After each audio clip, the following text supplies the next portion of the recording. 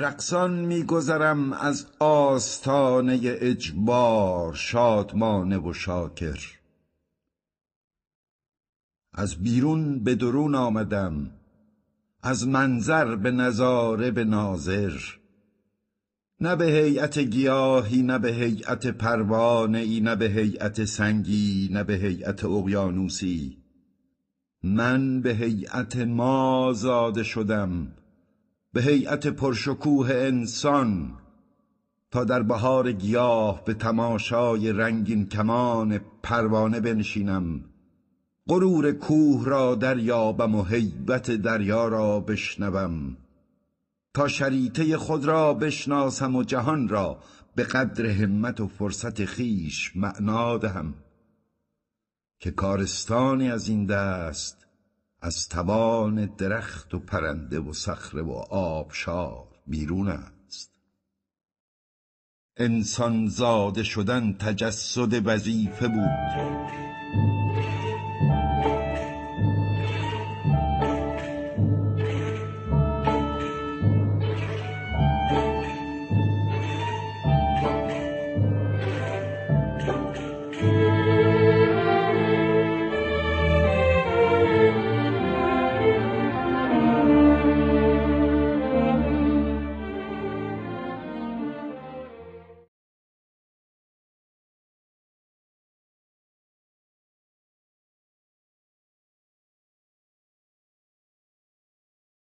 در حقیقت سوال اینه که من چطوری آگاه شدم بر اینکه این روابط چیه و چرا باید تغییرش داد. نه برمیگرده خیلی دورتر، یعنی باید برم توی کوچه پس کوچه های بچگیم جوونیم حالا و حتی بچگیم جستجو بکنم. خب به طور خاص مورد خودم رو میتونم بگم من تو خانواده خیلی فقیری بزرگ شدم. بعد بهمون مثلا کمک میکردن و اینا و من سعی میکردم که برای خنثی کردن اون موقعیت اجتماعی که دارم تو حال عالم بچگی بهترین باشم تو درس خوندن. خب اونم البته واسه بچگی‌ها یه محدودیتی داره، بهترین تو درس خوندن یعنی چیز نیست، باید خیلی دیگه آدم مایه بذاره، به خاطر اینکه خب معلم سرخونه که نداری، خانواده فرهنگی نیست که به خاطر آموزش ویژه بده تو بهتر از بقیه بخونی. ولی با همه اینا این واکنش حالا من بود سر این که متفاوت از بقیه باشم، حداقل تو این هیته یه برتریه دیگه تو مدرسه بهترین بودن و سعی میکردم باشم و خیلی محرک بود که تو هیته آگاهی اون وقت سعی کنم برم جلو. حالا اون موقع که ما زیاد اینطوری نبود که ایده های رهایی بخش حداقل کمونیسم ممنوع بود دیگه، در دسترس نبود، ولی جستجوش بود که چجوری مثلا آدم مثلا تموم کنه این روابطو، چرا باید مثلا این همه نابرابری باشه. هر کم به هیته جوانیش یه چیزی به فکرش میرسید. راستش رو بگم ساده ترین شکل این بود که آدم یه اسلحه بگیره همه پولدارا رو بکشه. مهم این بود که یه عده‌ای نابرابری رو دیدن و مقابله میخواستن باش بکنن و تا اون حد از فداکاری و جلو گذاشتن یه آرمان دیگه اومده بودن. تو دنیای تینیجری من این خودش یه راهگشایی بود که آها پس یه راه دیگه هم هست. اینا چپی بودن، کمونیستا بودن، حالا بهشون گفتن تروریست و اینا، ولی همه دیگه زمزمه بود. حداقل واسه تینیجرای مثل ما این بود که عکس اینا رو تو روزنامه بذاریم لای دفترمون، حالا عکس هنرپیشه‌ها رو هم جمع می‌کردیم ولی اینا هم موثر بود. یعنی خیلی مهم بود این تحول تو زندگی من که برای نقطه پایان گذاشتن به این بی‌عدالتی اجتماعی، نابرابری، این راه. بعد دیگه یعنی این زمینه‌ای بود که من جذب شدم به ایده‌های سوسیالیستی در همون حدی که طرح شد، ولی بازم اینطوری نبود که فوری در اختیارمون بود. من اینا دارم در مورد سالهای 52 53 حرف میزنم که نبود هنوز، ولی خب کتاب جلد سفیدم بود دیگه که دست به دست میگشت. طبعا واسه تیپایی مثل من که به هر طریقی میخواستم موقعیت خودم رو به عنوان یه فردی که تو موقعیت نابرابر اجتماعی تغییر بدم، خب اینا خیلی جذاب بود. این که مثلا حیدرامه بودی بخونم. دبیرستان رو دیگه اومدیم تهران از جنوب و اون موقع که من دبیرستان میرفتم، موقع که یه همکلاسی دیگه داشتیم، به اصطلاح معلوم بود دیگه تو دبیرستان هم درسته که دبیرستان خودش دبیرستان پایین شهر بود، ولی به هر حال اونجا هم طبقات بود. اگه قبول کنیم که کمونیسم یعنی آگاهی، نداشتیم دیگه و طبعا ناتوان بودیم از اینکه چگونه بخوایم چه آگاهی رو ببریم، حتی فرصت بحث براش نبود. عمدتاً فیزیکی اونجا بودیم، یعنی توی بهترین حالتش، در حالی که تجربه دیگه ای رو بعداً اتحادیه کمونیست‌ها تجربه کرد، تجربه خیلی موفقی که توی محله ها بود، ولی دیگه خیلی دیر بود، دیگه زد به بگیر ببندای که جمهوری اسلامی داشت خودش رو تثبیت میکرد و آماده شد که دیگه قلقم بکنه نیروهای کمونیست و انقلابی رو. بدترین تجربه، البته خب من خودم خیلی درگیرش نبودم، ولی یه دوره متوجه شدم که بخشی از کادرای و نیروهای هوادار حزب که توی تشکیلات پیشمرگان زحمتکشان اتحادیه کمونیست‌ها توی کردستان بودن، همه خیلی هاشون رو می‌دیدم توی کارخونه‌ها، توی حوزه‌های کارگری میومدن کنار من میشستن. بعداً فهمیدم که به خاطر اینکه به اصطلاح مسئله طبقه کارگر و پیوند با طبقه کارگر مهمه و کمونیست‌ها خودشون و سازمان‌های کمونیستی اینطوری کمونیست بودنشون رو محک میزنن، این تغییر و تحولات که این دیگه خیلی نتیجه بدی داشت، چون واقعیتش اینه که به لحاظ پیشروی جنبش کمونیستی خب کردستان خیلی مهم بود. تجربه خودم اینه که من به عنوان یک انقلابی کمونیست خیلی عقب‌تر رفتم موقع که تجربه کار کارگری رو شروع کردم، واقعیتش رو دارم میگم، و توی حیطه حتی زندگی شخصی ما هم منعکس میشد. این مسئله پیوند با طبقه کارگر خیلی تنه میزد به اینکه ما چقدر عقب مونده شدیم. خب با اون سن جوان برای اینکه مثل کارگرا بشیم اغلبمون بچه دار شدیم. من میخوام بگم درکمون چقدر نازل بود. من منظورم این نیست که کمونیستان نمیتونن بچه دار بشن، ولی واسه یک کادر جوانی که حالا خیلی فاصله داره، اونم به عنوان یک زن که خیلی نیاز داره به اینکه توی یه جامعه مردسالار، توی سازمانایی که به هر حال اون بینش غالب بود خودش رو رشد بده، تکامل پیدا کنه، خب اون یه مانع بود. حتی تو محلات زحمتکشی رفته بودیم نشست زندگی میکردیم، برای اینکه این زحمتکش رو بشیم خب اغلب کار خونه به عهده ما بود. میگفتیم لو میریم اگه مثلا مردمون برن ظرف بشورن. خب این همش این عقب موندگی دیگه، یعنی ما کاملا بعداً این دیگه تبدیل به یک عادت زندگی شد. یعنی نقش و جایگاه ما این بود که خب اصلا که از سر کار می اومدیم بعد موقع جلسه سیاسی ظرفات بالاخره غذا بود، ظرف بود، بچه‌داری بود، همه اینا رو به خاطر که تو محله کارگری بودیم انجام میدادیم و این خودش تبدیل به یه عقب موندگی من این عقب موندگی رو توی تمام سازمان‌های سیاسی چپ تو حیطه زنان دیدم که خب به هر حال ادامه پیدا کرد، تو تقسیم کار سازمان‌ها هم بود و غیره دیگه. تو داروپخش رفتن اسم و فامیل بچه‌های سیاسی چپ رو درآوردن که یکی از دادگاه‌هایی که برای ما تو داروپخش گذاشتن این بود که کارگرها جمع کردن و به اونا گفتن ببینین اینا همه لیسانس و به اصطلاح دکترا دارن اومدن کنار شما، پس اینا خراب کنن. البته به نظر من این نکته توهین کننده توش بود، انگار کارگر باید ابله و بی‌سواد باشه و جرم ما که اونجا کارگر شده بودیم بود که مثلا دیپلمه بودیم و لیسانس داشتیم و غیره. و این دادگاه واقعا من هیچ وقت یادم نمیاد تو داروپخش همچین دادگاهی برای ما گذاشتن و واقعا یادش زنده باد. سیما سلیم از بچه‌های پیکار بود، اونو صدا کردن تو داد به سر کارگرایی که جمع کرده بودن، بهش گفتن خانم سیما سلیم، اسم و فامیل اصلیش هم در آورده بودن، تحصیلاتتون رو بگون چیه. با تمسخر حزب اللهی‌ها جمع شده بودن توی داروپخش. اونم گفتش که من تحصیلاتم رو توی دانشگاه به اصطلاح علم رهایی بخش طبقه کارگر تموم کردم و تجربه زندگی من تو مبارزه طبقاتی بوده برای رهایی این طبقه. به هر حال سعی کرد از اون فرصت استفاده کنه، ولی یه آدم حالا نگاه میکنه این روزا میبینه که چقدر از همون ابتدا اینکه یه کارگری سواد داشته باشه جرمه. حالا میتونستن بعداً جرمای دیگه هم زدن، گفتن اینا اومدن شما رو گول بزنن، خرابکارن، ببین اینا تحصیل کردن غیره. بعد خب بعدش دیگه توی استارلایت و اینا من کار میکردم که دیگه استارلایت با شروع بگیر و ببندا اونایی رو که تشخیص میدادن متفاوتن با بقیه، یا حتی روزایی که عملیات‌های نظامی مجاهدین بود توی شهر، عملیات‌های ایذایی که میکردن، ما مثلا غیبت میکردیم، یواش یواش دیگه بازجویی میذاشتن.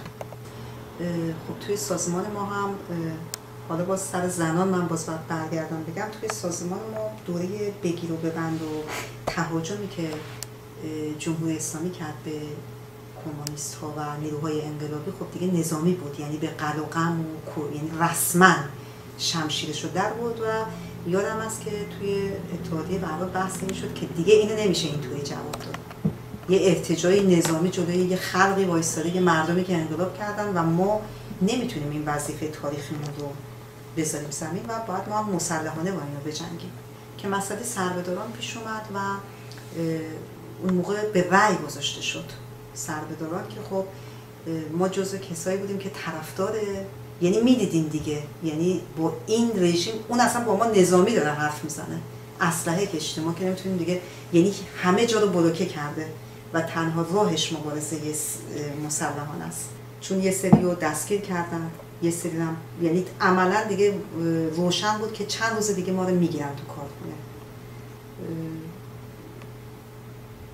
من همینطوری توی شهر، توی سربه‌داران هم اختلاف نظر بود. یه گروه میگفتن که ما الان باید بریم هسته‌های سرخ کمونیستی و هسته‌های مسلح تو کارخونه ها بزنیم. خب منم تو کارخونه بودم، میدونستم حرف مزخرفیه این عملا یعنی هیچ، چون تو کارخونه که نمیشد. ما تو کارخونه همه ما رو تحت نظر گرفته بودن، اونایی که حدس میزدن که یه ذره متفاوتن با کارگرای دیگه.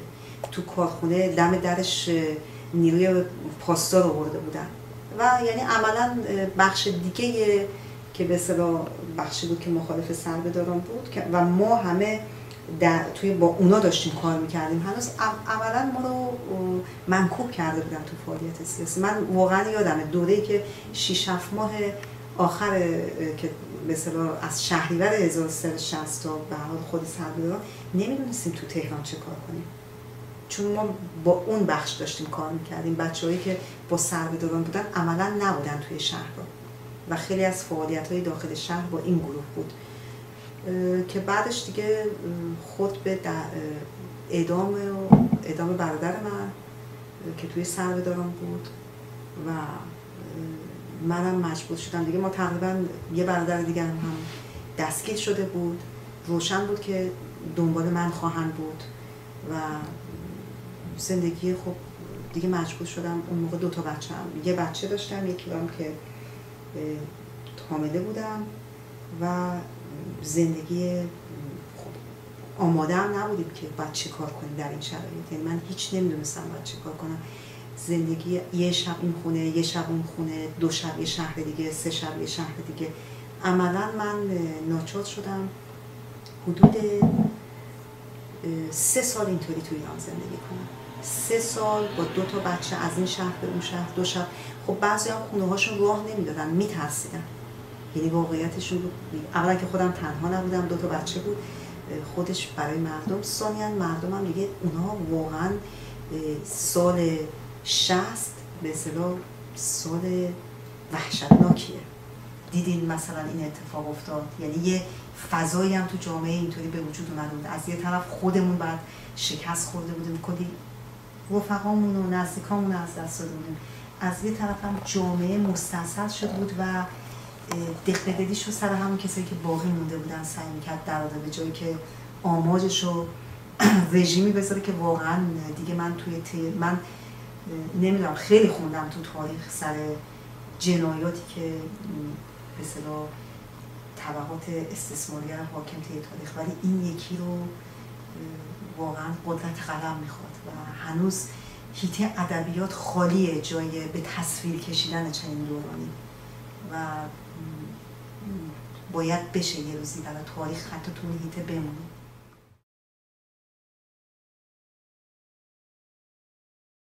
دیگه نمیتونستم زندگی مخفی داشته باشم. همینطوری از سال 60 به بعد جمهوری اسلامی طرح‌های زیادی رو واسه کنترل مردم گذاشت. از طرح مالک و مستاجر گرفته که بعد میرفتن میگفتن که مستاجرشون کیه، به هر حال 1 سال 2 سال میشد آدم مخفی بدون اینکه شغلی داشته باشه تو جامعه تردد بکنه بگه مثلا من بچه دارم، ولی دیگه بیشتر از اون نمیتونستم توی، یعنی به حالت مخفی باشم و هیچ شغلی نتونم داشته باشم تو خیابون. من به هر حال خیلی مسیرها رو سعی میکردم زیاد تو چشم مردم نباشم.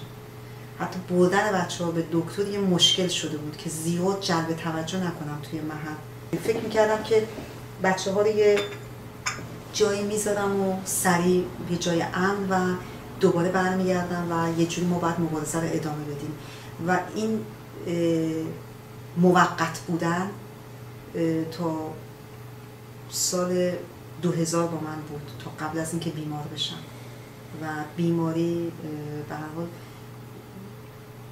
یه مانع مهمی بود دیگه برای اینکه مجبور شم یک جای مستقر بشم و زندگی و فعالیت سیاسی ما یه جور دیگه پیش ببرم.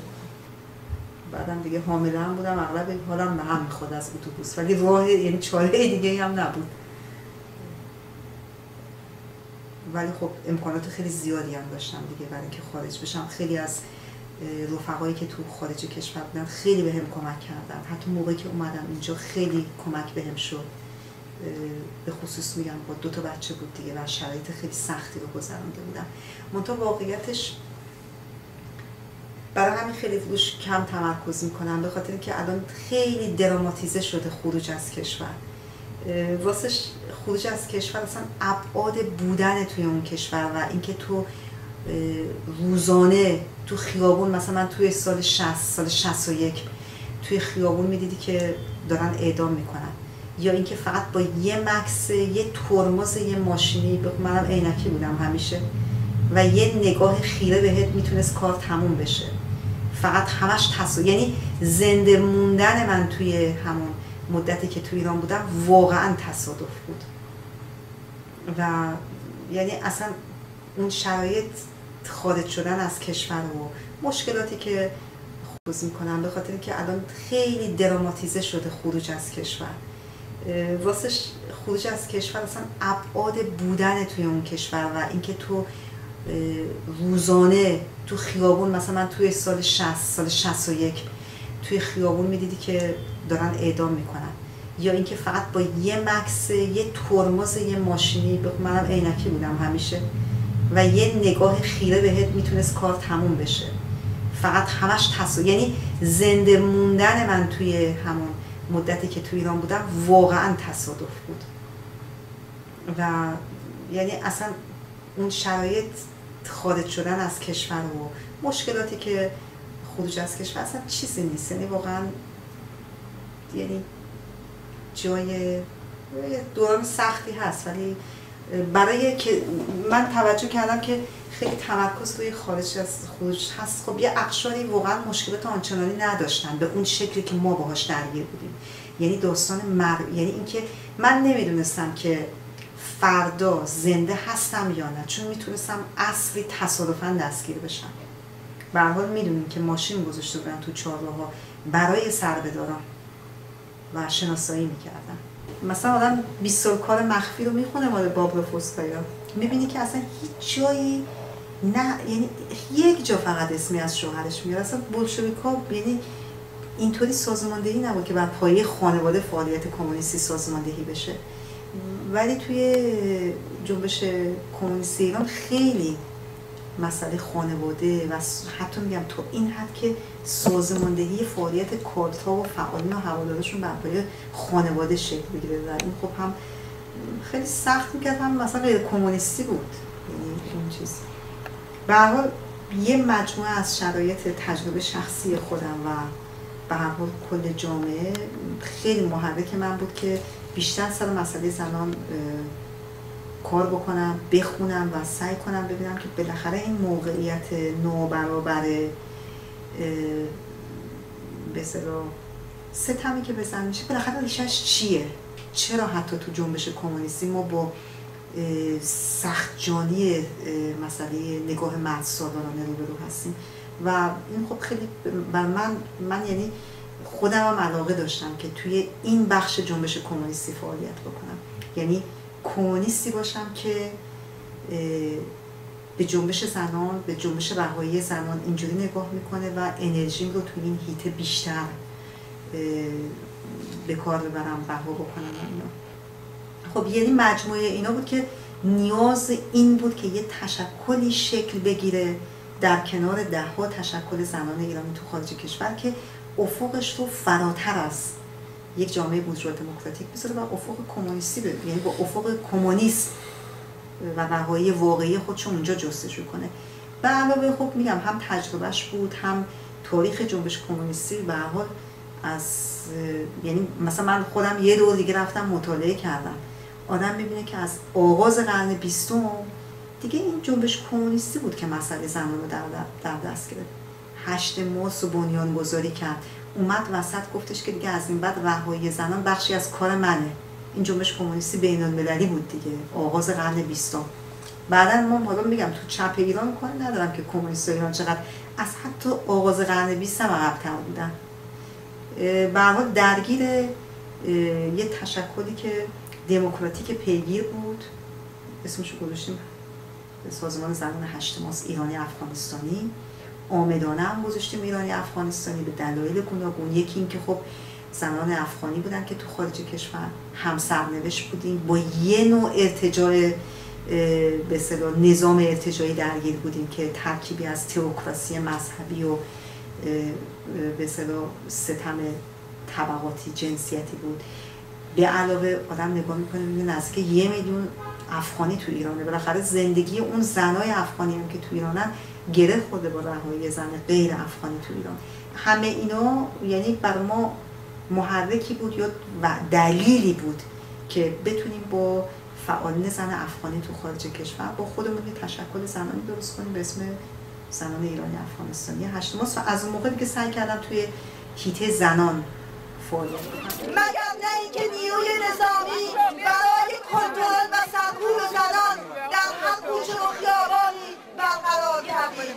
مگر نه اینکه فکر کردید نسل جدیدی را شکل خواهید داد که فقط آیه‌های شما را از منابرتان می‌بینند؟ اما امروز می‌بینید که پس از 27 سال کماکان زنان ایران در صف مقدم مبارزه برای سرنگونی شما قرار گرفتند. می‌بینید که نسلی شکل گرفته که فقط به شما را به ریشخند می‌گیرد و ذره‌ای از توپ و تفنگ شما ترس به دل را نمی‌دهد. می‌بینید که شما مرگ خود را دارید می‌بینید و این بگو و ببند فقط از لحظه‌های استیصال شماست. می‌بینید که جنبش زنان هر روز آگاه‌تر، بالنده‌تر، گسترده‌تر در مقابل شما قد علم کرده است. این که میگم تشکل دموکراتیک پیگیر بود به این معنا که زنای کمونیست توش جا داشتن. خب واقعیتش مثلا حالا به عنوان یه فعال زنان که نگاه میکنی دهه 90 مال ایرانی‌ها رو، برای اینکه نشون بدی فعال زنانی و به جنبش زنان علاقه داری بعد اول چند تا موضع‌گیری ضد کمونیستی میکردی. خب حالا این تو هیته دموکراتیک هم بود دیگه، برای اینکه خیلی نشون بدیم آدمای دموکراتی هستیم بعد چند بار اول حقوق کمونیستا رو چی میگن کنار میذاشتیم بعد ثابت میشد ما دموکراتیم. دقیقاً تو جنبش زنان هم همینطوری بود. یعنی همچه روندی بود که انگار یعنی زن کمونیست حق نداره بخشی از جنبش رهایی زنان باشه. خب مسئله سازمان زنان 8 مارس این روند رو تا حدودی سعی کرد توی هیته زنان ایرانی خارج کشور بشکنه و بگیم که اصلا مسئله اتفاقا برعکس، زنان کمونیست بخشی از جنبش رهایی زنان، بخش مهمی با افق سوسیالیسم. بعد ما کارنامه داریم، تاریخچه داریم، تجربه داریم و این بخش خب مهمی از فعالیت من شد، فعالیت شبانه روزی. اینی که دارم میگم راستش شبانه روزی دارم میگم، مثلا خود من موقعی که میخواستیم این یخو بشکنیم خیلی مورد تهاجم بود. من توی کنفرانس بنیاد پژوهشات توی سال 98 توی واشنگتن که تازه بروبیای خاتمی چیا بود، خب سعی کردم به عنوان یه زن کمونیست حرف بزنم. هر بار که هویتمو میگفتم هو میشدم، یعنی اینقدر چیز. از طرف دیگه جنبش زنانم انقدر سطحش اومده بود پایین و به لحاظ سیاسی پایین بود که من یادم من هر بار که بلند شدم گفتم من به عنوان یک کمونیست دارم سر این موضوع صحبت میکنم، سر موضوع همجنسگرایی و ستمی که بهشون میشه تو ایران. با استقلال اقتصادی زن روستایی زیر پای قدرت خانواده پدرسالار خالی می شود. موقعیت زن به عنوان یک فرد مستقل تثبیت می شود. این اقدام زیر پای فرهنگی که زن را تحقیر می کند، فرودست می داند، مطیع می کند را خالی می کند. یکی از ستونهای روبنای پدرسالارانه حاکم بر جامعه فرو می ریزد. رهایی زن منوط به انقلاب است. انقلابی که دستمزد برابر در مقابل کار برابر را به رسمیت بشناسد و وسیعاً امکان کار کردن در خارج از خانه را برای زنان فراهم کند. این اقدامات پایه محکمی را برای برابری حقوقی بین زن و مرد و در همه عرصه‌ها فراهم می‌کند. مسئله این است که ستم بر زن با پیدایش مالکیت خصوصی به وجود آمد و رهایی نهایی زنان نیز در گرو محو مالکیت خصوصی است.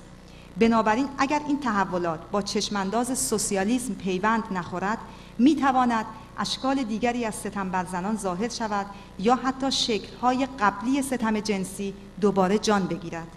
فقط با این چشمانداز است که جامعه را میشود به عمیق‌ترین و رادیکال‌ترین شکل دموکراتیزه کرد و برابری حقوقی میان زن و مرد را به طور واقعی تأمین کرد.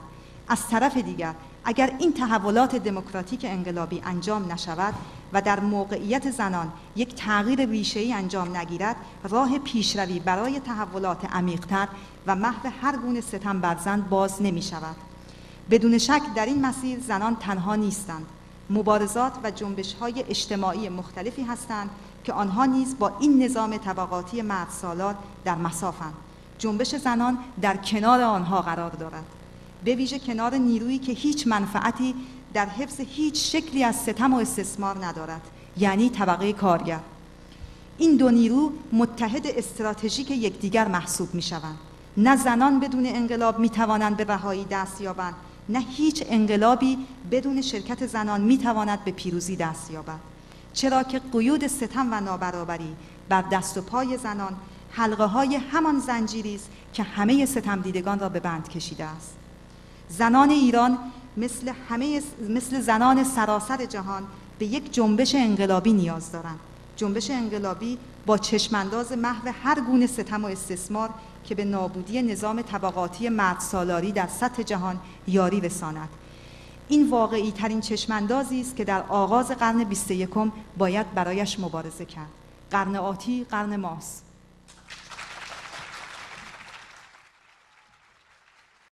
بردن بحث این که یه افق دیگه‌ای هست، یه حتی برای مبارزه سیاسی با جمهوری اسلامی علیه ستمی که به زنان میشه، ما باید دید ماتریالیست دیالکتیکی داشته باشیم تا بتونیم کشف کنیم، دراریم که چیه این داستانه یک نظام تئوکراتیکی توی آخر قرن 20 مثلا حاکم شد. چرا بنیادگراها مثلا آماجشون و پرچمشون ستم بر زنه، حالا پرچمشون اونا از نظر خودشون پرچم رهایی زنان دارن و اینا رو نمیشد با یه دیدگاه غیر مارکسیستی جواب داد. خب وقت این کار سنگینی بود برای زنای کمونیستی که توی جنبش زنان ایرانی قرار گرفتن تو تبعید که تازه یادش افتاده بود، حالا یه بخشش برحق بود که با کمونیستا تصفیه حسابی بکنه و خب کمونیستا خیلی اشتباه داشتن، ولی کماکان همه اون کمونیستا با اشتباهاتشون خب اصلا نمیشه قابل مقایسه نیست با بورژوازی ایران که هنوز هم با خودشو با مذهب توضیح میده. دیگه حالا سر زنان که دیگه جای خودش داره. خود کتاب حاجی آقای صادق خدمت نشون میده که چگونه اون بورژوازی که تو غرب انقلابات بورژوایی کرد مال ایران همون حاجی آقاست. چیزی بیشتر از همین ملی مذهبی از توش در نمیاد. یعنی کسی بخواد آویزون بشه برای مسئله زنان بهش. به هر حال زندگیم خیلی زیاد درگیر این مسئله بود. راستش دارم میگم زندگیم درگیر، یعنی واقعا به مفهوم مطلق کلمه وقتی برای زندگی اگه معنا داره زندگی شخصی که به نظر من ما یک مورد زیاد جدا نیست، اینم شخصیه دیگه بالاخره، زیاد نداشتم. به هر حال دوره خیلی پرکاری بود برای من به عنوان یه فعال کمونیست تو جنبش زنان از اواخر سال 97 تا بهت اینطوری بگم که تا سال 2000. یعنی من ناچار بودم بنویسم زیاد، ناچار بودم سخنرانی بکنم. بعدم خب جنبش زنانم میدونیم به تو پومونیستا هم ما توی زنا دقیقا به خاطر موقعیت فرودستشون نویسنده کم داریم، زنا جسارت کمتری دارن حرف بزنن، زنا جسارت اینکه خودکار بگیرن بنویسن کمتر دارن. یعنی خیلی فشار روی زنایی بود که خب تو این زمینه یک کمی بیشتر از بقیه توانایی داشتن.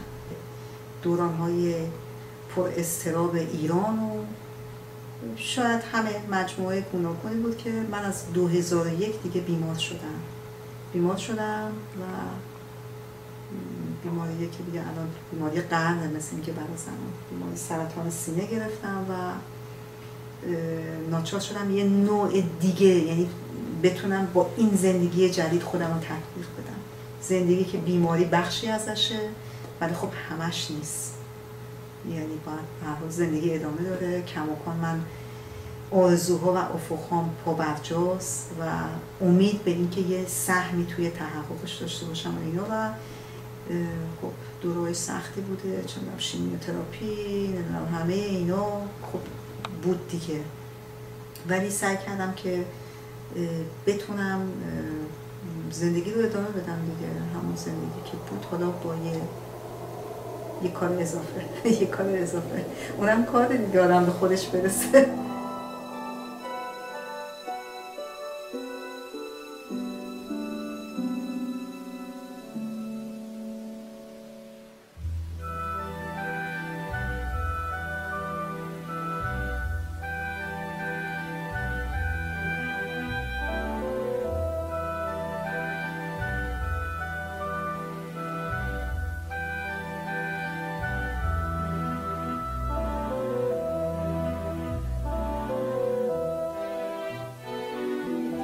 سر اومد زمستون شکفته بهارون، گل سرخ خورشید باز اومد و شب شد گریزون. گل سرخ خورشید باز اومد و شب شد گریزون. کوها لاله زارن، لاله ها بیدارن، تو کوها دارن گل گل گل آفتابو میکارن. تو کوها دارن گل گل گل آفتابو میکارن.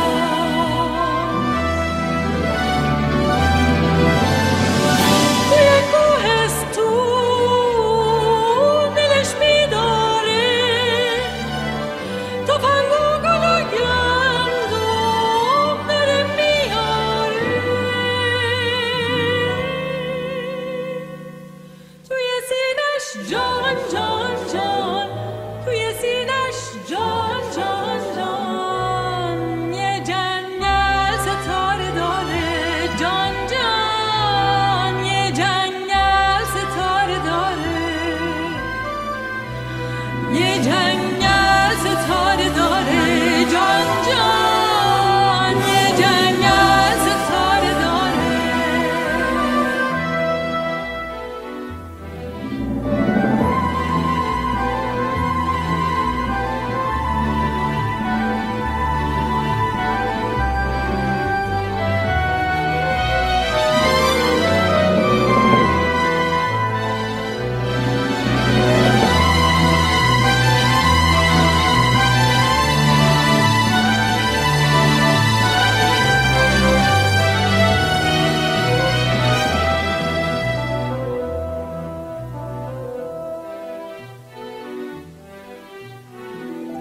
سر اومد زمستون شکفته بهارون، گل سرخ خورشید باز اومد و شب شد گریزون. گل سرخ خورشید باز اومد و شب شد گریزون.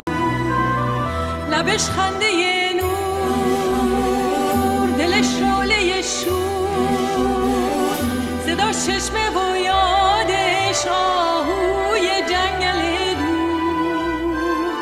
صداش چشمه و یادش آهوی جنگل دور.